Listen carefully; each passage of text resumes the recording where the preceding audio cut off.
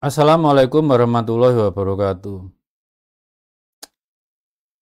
Teman-teman, seperti yang saya buat di vlog kedua terakhir itu. Sebenarnya membatalkan nasab Balawi itu bukan karena Nabi Muhammad J1 atau bukan. Kalau yang nasabnya tidak diragukan seperti seperti apa? Seperti Raja Raja Jordan itu kan sudah ditulis oleh Gus Aziz Hazuli ya dari Bani Kotada itu. Mereka terbukti alasani juga itu. Jadi ya wajar kalau kalau sebetulnya kalau dijadikan benchmark ya wajar.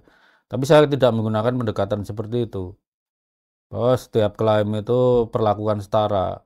Yang haplogrup J diuji sama J, yang haplogrup J1 misalnya J1 lawan J1, J2 lawan J2, R lawan R, G lawan G. Dalam Balawi ini G lawan G kan udah gagal gitu kan.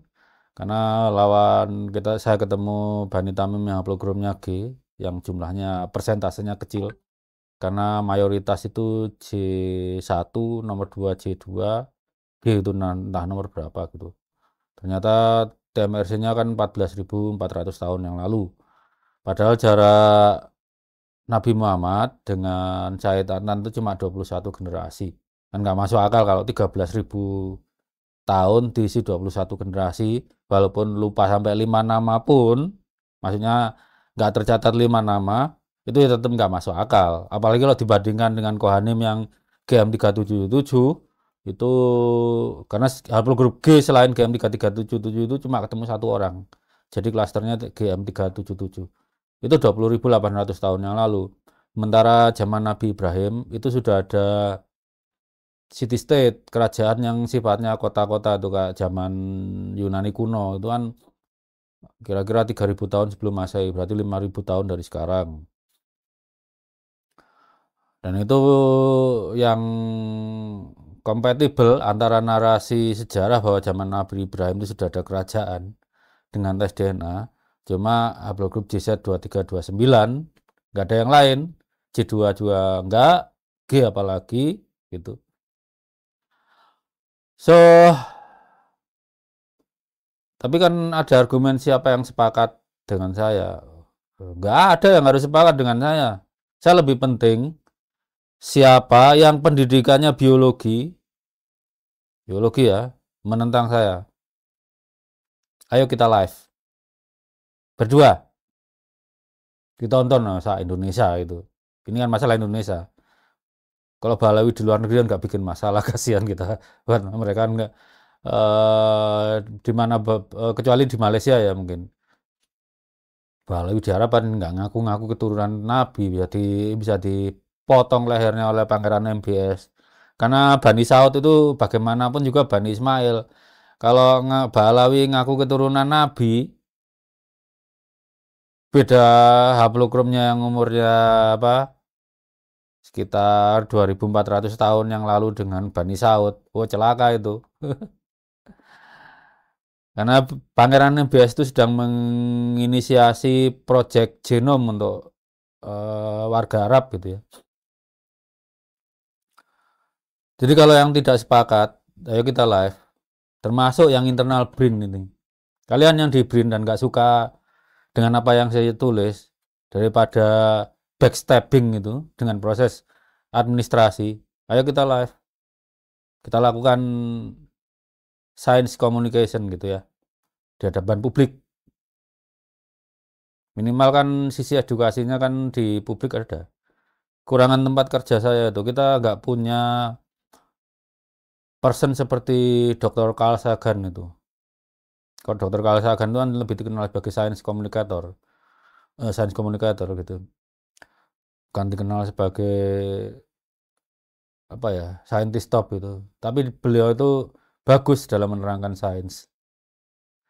Nah, saya ingin seperti itu. Minimal ada orang dari kita seperti itu gitu ya. Jadi ke depan teman-teman mungkin saya akan merambah dalam waktu dekat ini, saya nggak akan menentang atau mendukung program presiden kita tentang apa ya, sawitisasi itu. Tapi saya akan coba menerangkan plus minusnya. Kebetulan saya dapat kuliah itu tentang itu dari paman saya sendiri yang sekarang profesor di Brawijaya. Keluarga saya banyak profesornya. Jadi saya bukan paling hebat di keluarga sebetulnya. Banyak keluarga saya yang doktor dan juga profesor itu.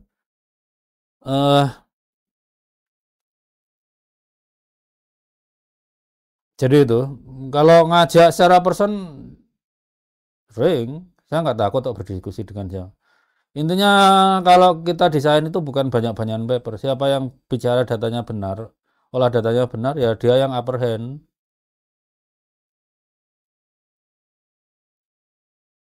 Saya sudah ngajak Dr. Said Sofyan itu, menantang dia untuk live, menjelaskan bahwa dari sudut pandang ilmu biologi, Bani Alawi itu sahih sebagai keturunan Nabi Ibrahim. Harus pakai Nabi Ibrahim karena nasab itu harus ada konfirmasinya. Dan konfirmasi terbaik untuk klaim bahwa Alawi itu adalah Bani Adnan dan Bani Kohen. Dia menolak, nggak jawab. Sampai hari ini nggak jawab. Ini saya terang-terangan, saya goblok-goblokin dia waktu saya kasih file VCF itu dia nggak berani, nggak bisa baca. Dokter nggak bisa baca file VCF, kacau bener. Sementara adik-adik saya yang di perikanan apa Brawijaya itu, kalau kalian cari di YouTube-nya itu, main-mainnya itu file BAM, file VCF untuk nganalisa DNA ikan. DNA ikan lo bayangin. Kalian yang anggap saya pakar ikan nila, saya itu bukan lulusan fakultas perikanan ya itu. Saya lulusan fakultas pertanian dan teknologi pertanian itu. Kemudian Mas Ahmad Utomo itu pernah saya ajak, juga nolak.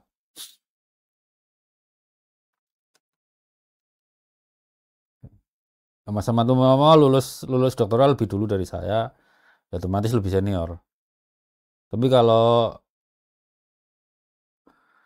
menurut saya dia memilih menyembunyikan sebagian kenyataan untuk tidak membuat keributan, itu bukan style saya. Saya masih Bani Mataram, kalau berantem ya berani aja. Buktinya sampai diturunkan jabatan, nggak cukup diturunkan jabatan, tapi turunkan jabatan dipotong pula tunjangan. Ya sudah, nasib. Tapi masih bisa ketawa ini. Kemudian apa kalau Bang Senyafi ya awal dulu sih pernah ngajak ya lewat Mas Rumel Abbas. Untuk diskusinya saya ajak di Ekman lah, beliau menolak. Tapi melihat penjelasan terakhir beliau di mana di Robito kemarin, acara yang dihadiri Guru Gembul, saya nggak tahu katanya harinya beda ya. Itu penjelasan Bang Zenavi itu saya kasih nilai A+ lah, biar di situ bisa melakukan kesimpulan sendiri dengan apa yang dijelaskan Bang Zenavi itu. Rumel Abbas nggak mampu itu mencerna apa yang dikatakan Bang Zenavi. Sampai hari ini Mas Rumail itu tidak mengerti konsep star cluster, tidak mengerti konsep jarak genetik. Haplogroup-nya cuma dipahami hurufnya doang. Apakah posisinya atau laju kecepatan reaksinya di kromosom dia nggak ngerti. Ya karena memang lulusan PAI mau diapain? Kinetika kimia aja nggak dapat. Disuruh memahami laju kecepatan reaksi. Enggak lah, kalau anak teknik informatika yang asli kuliah teknik informatika masih mungkin. Karena ini bagian dari bioinformatika. Ya seharusnya siapa?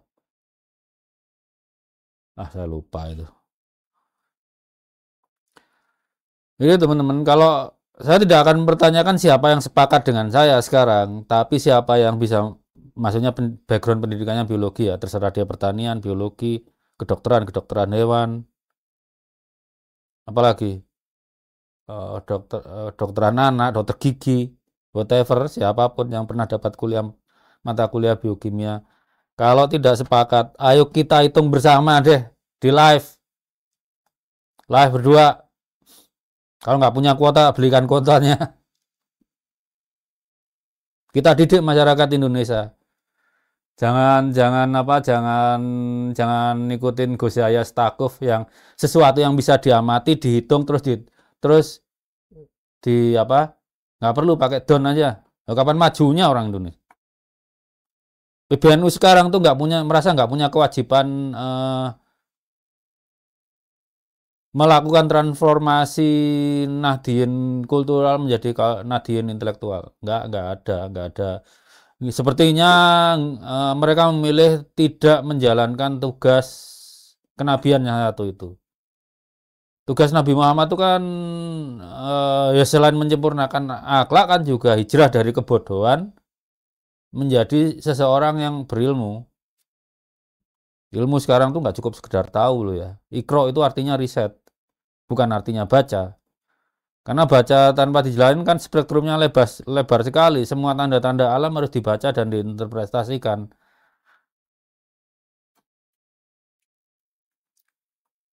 Jadi ya melalui vlog ini, kalau ada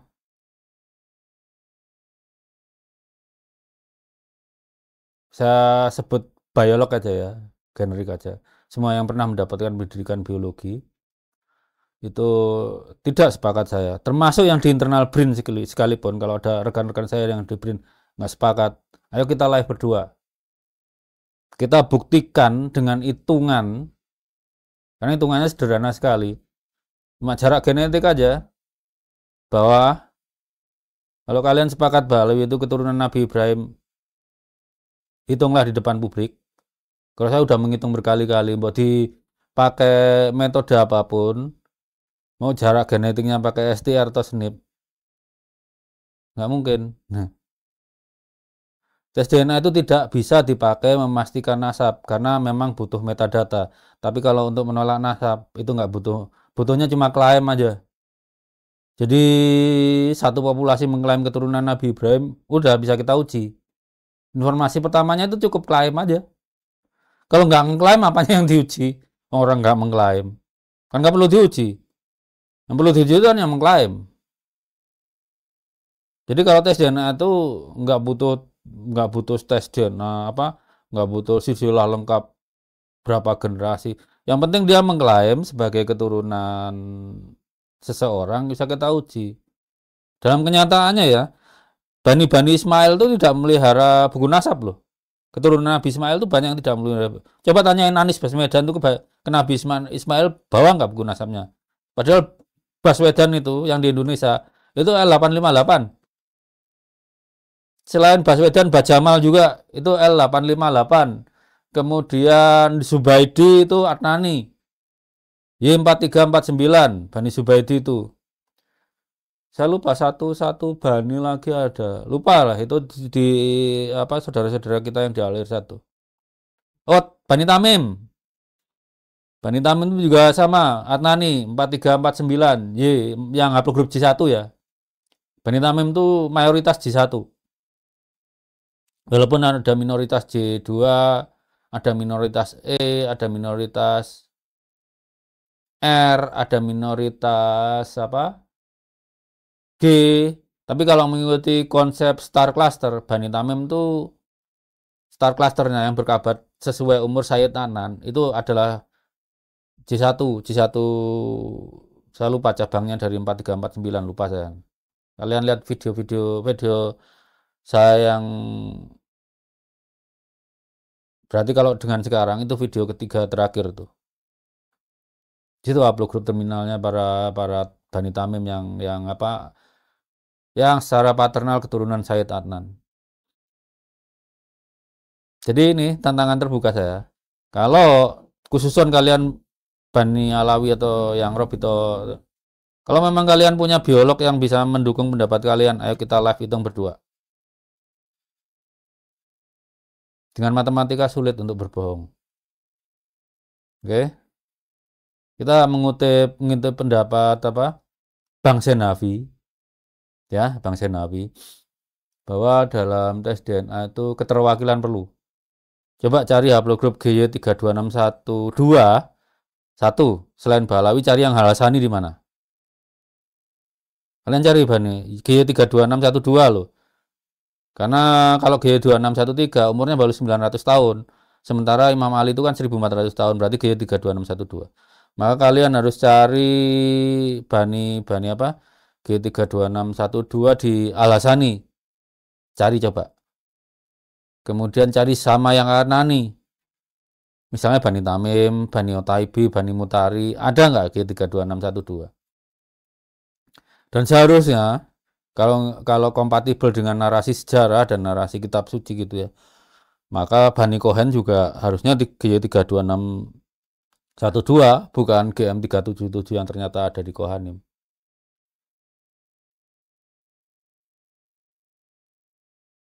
Ini tantangan terbuka saya. Kalau ada pendidikannya biologi tidak sepakat dengan saya, ayo kita live.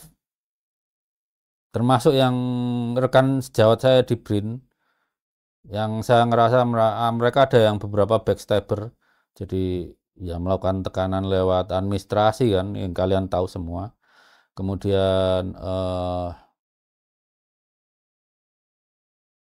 ada yang membocorkan pak dengan data-data lewat intrabrin untuk konsumsi ya apa konsumsi yang pro Balawi gitu ya. Ayo kita diskusi terbuka depan publik. Untuk karena kalau yang terlibat proses administrasi saya cuma bilang bahwa sampai kiamat lah nanti kalian punya tanggung jawab untuk membuktikan Balawi ini keturunan Imam Husain. Di dunia kalian sudah menghukum saya, tapi ya ada konsekuensinya lah. Bahwa kalian mendukung penipuan nasab ini. Buku sudah tulis, bantah aja itu. Oke, saya tunggu. Kalau yang internal BRIN gampang melacak nomor WA saya ada di intra BRIN. Kalau yang eksternal ya titip Mas Rumah Labas aja kalau nggak. Kalau nggak bisa menjangkau saya lewat Facebook saya. Karena jujur aja di Facebook itu jarang-jarang saya baca. Karena saya merasakan teror juga di situ. Yang mengancam membunuh saya juga sudah ada gitu. Jadi daripada saya ribet kesel bacanya, sering banget saya skip gitu ya. Nggak saya baca gitu. Nah, kalau pengen macam-macam datang aja ke Jogja sini. Biar digerebek warga kampung. Nggak ada tetangga saya percaya kalau Nabi Muhammad tuh, maaf, Balawi keturunan Nabi Muhammad tuh. Yang pekerjaannya apa? Pekerjaannya peternak kambing, yang ngerti cara breeding kambing, itu ya prinsipnya sama dengan prinsip apa? Filsafat di filsafat ilmu itu. Klaim kalau nggak ada buktinya, ya nggak bisa dipercaya. Apa yang bikin klaim itu bisa dipercaya kalau nggak ada buktinya kan gitu. Beda kalau cuma apa ya klaimnya itu ya cuma semacam kepercayaan dipakai internal keluarga itu terserah aja. Saya juga nggak pernah ngeributin apa yang ngaku keturunan Brawijaya, padahal Brawijaya kan nggak ada di sumber primer. Silahkan aja, karena umat Islam nggak ada kepentingannya di situ. Tapi kalau klaimnya udah keturunan Nabi Muhammad, diutilisasi, dikapitalisasi, seperti misalnya solawatan, padahal Nabi nggak pernah dawuh bahwa solawatan tuh ilmunya apa pahalanya akan lanjut setelah yang bersangkutan meninggal, enggak. Rasulullah cuma bersabda, cuma 3 aja yang pahalanya lanjut setelah kita wafat ilmu. Nggak harus kita sendiri yang mencari ilmu. Membiayai mahasiswa S3 itu kan juga menciptakan ilmu. Mereka harus punya kebaruan gitu ya. Anak soleh, itu pun nggak anak sendiri. Buktinya apa?